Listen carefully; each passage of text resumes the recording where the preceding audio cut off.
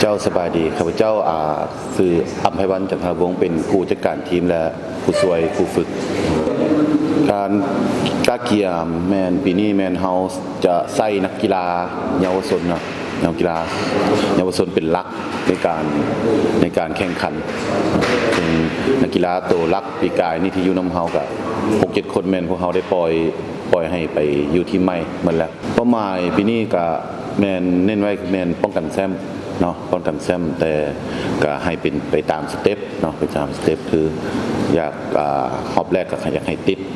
1 ใน 4ก่อนการแน่นอนเนาะในการ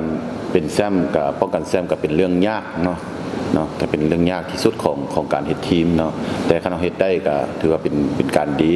เพื่อเฮาจะได้โชว์ประสิทธิภาพของทีมของเฮาเนาะว่าเฮา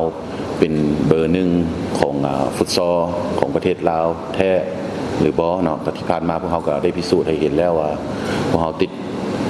ที่1มาก็ถึงรายการใหญ่ก็ถึง5 ครั้งเนาะแล้วก็ห้องแชมป์ก็ครั้งนึง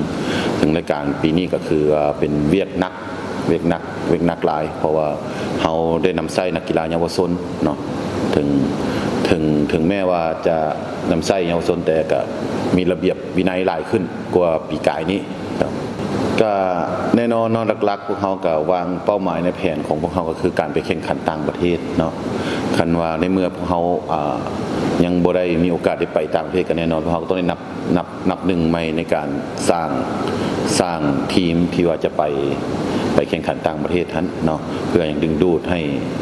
ห้เด็กน้อยเยาวชนเนาะให้บรรดาทีมมีความสนใจในการบริหารทีมของเปสวรรค์เนาะเพราะว่าพวกเขาก็ทุ่มเทมาหลายเนาะ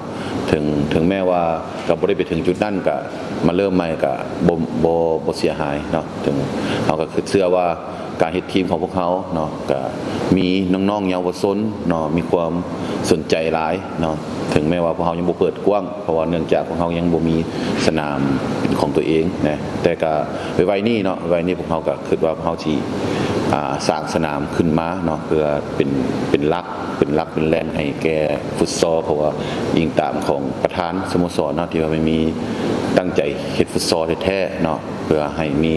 สนามฟุตซอลไว้ฝึกซ้อมเนาะแล้วก็จะแข่งขันทั่วไปก็แน่นอนเนาะถึงการนัดอิดของเขาก็ต้องได้การใส่เอาชนะอะไรเนาะเก็บ3 แต้มเพื่อประคองให้มีแต้มเนาะมีแต้มเพื่อให้ติดตามเป้าหมายเขาครับแน่นอนเนาะอยากเชิญชวนแฟนบ้านเนาะที่ว่าฟุตซอลเฮาปีนี้ก็ถือว่ามีหลายทีมีหลายสโมสรมีความตั้งใจสูงแล้วก็มีการพัฒนาการเล่นฟุตซอลที่ดีขึ้นหลายเห็นด้วยปีกายนี้เนาะเห็นด้วยปีกายนี้ว่าทุกๆสโมสรมีความคล่องแคล่วในการ